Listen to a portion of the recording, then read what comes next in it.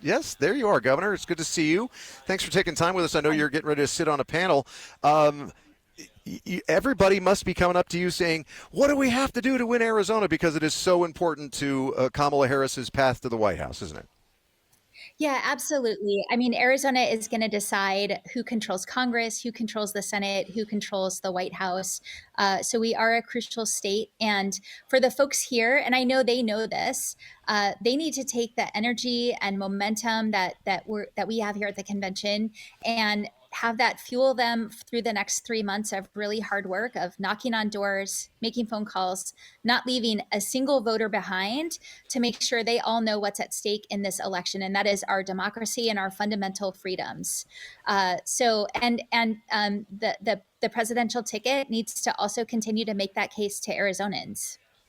As was mentioned last night, this is not just about winning the presidency. This is also about making sure that that people, who are running for Congress, people who are running for the U.S. Senate also get in there, because that would be the ultimate position for Kamala Harris to be in, to have a majority Democrat House and a majority Democrat U.S. Senate. Ruben Gallego running a very important race here. Have people been bending your ear about that as well? Oh, absolutely. I mean, people are excited about Arizona and what we represent to the national landscape. And what I want to make sure everyone knows is that these races in Arizona are going to be incredibly close. They're going to come down to the margins, and we have to do everything possible to make sure that we win.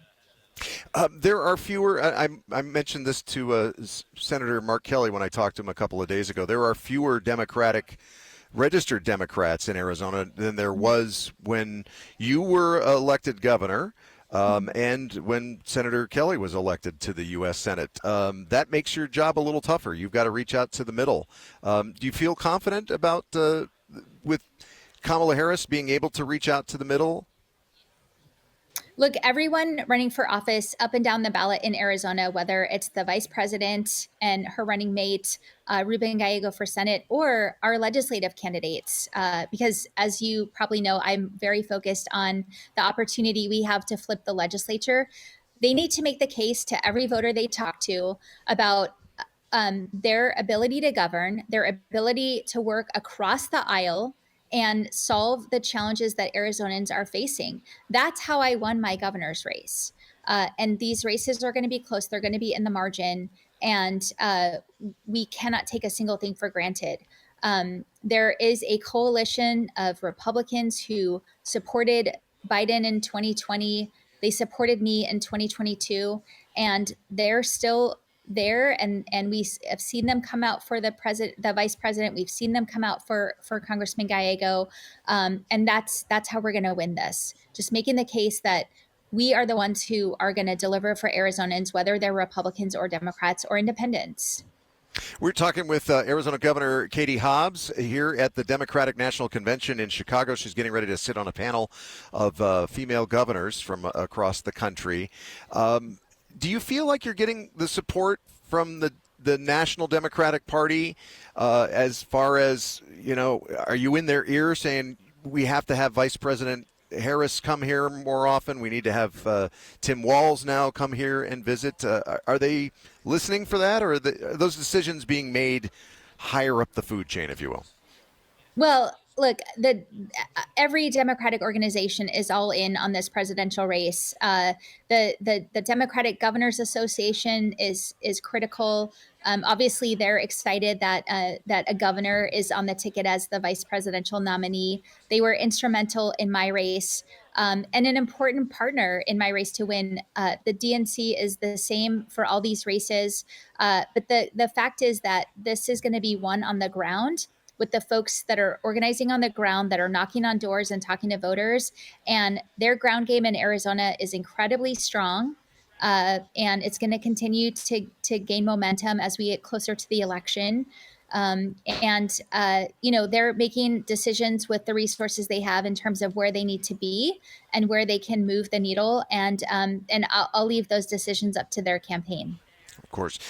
We're talking once again with Governor Katie Hobbs of Arizona here on KTAR, our special from the DNC in Chicago. I know a lot of Arizonans were disappointed when Mark Kelly didn't get the nod as the vice presidential nominee.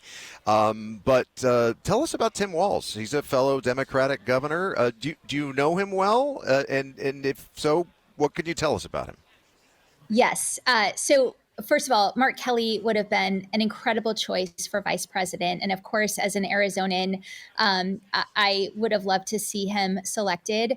But the vice president had a lot of very strong candidates. And I am so excited to see Governor Walz as her choice. I have gotten to work with him firsthand as governor and seen how he is committed to delivering for Minnesotans, and he will make sure to deliver for Americans as vice president.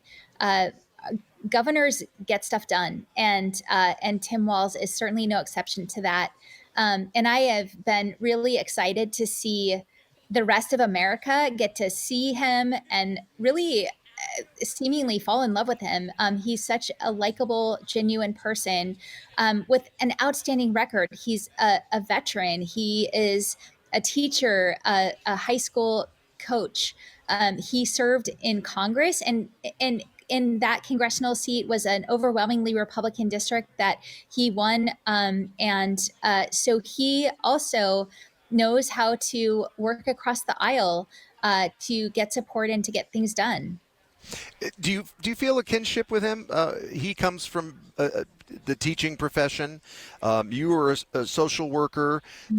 Those are jobs that are very revered in the Democratic Party. Do you feel some kind of a kinship with Governor Walz? Well, I think that the commonality we have there is that we ran for office because we saw something that needed to be fixed. For him, it was students who felt invisible who asked him to run. For me, it was as a social worker working with the most vulnerable Arizonans and feeling like the systems didn't work for them.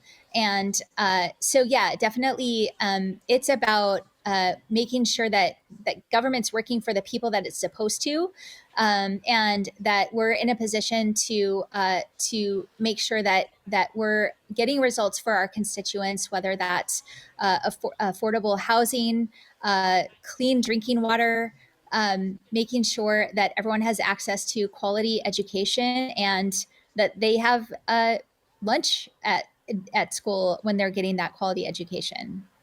And last question for you, Governor Hobbs, because I know you got to go. We really appreciate you taking time with us here live from Chicago. If Kamala Harris and Tim Walz end up winning, are you going to say, hey, for all the work we did for you to help win Arizona, you've got to listen to us when it comes to the border? I have not been afraid to stand up to the administration when they're failing Arizonans on the border. And that's why I was really glad to see the executive action that has made dramatic improvements in the numbers of crossings that we're seeing. But yes, I will absolutely continue to put Arizonans' needs first and advocate for us on the border. And I also hope that Congress will take up the bipartisan bill that was negotiated that will actually address this issue in a comprehensive way. All right. Governor Hobbs of Arizona, thank you for your time here. And I know you got a busy schedule in Chicago, so really, really appreciate it. Thank you so much. I hope you're having as much fun as I am, and it was great to chat with you.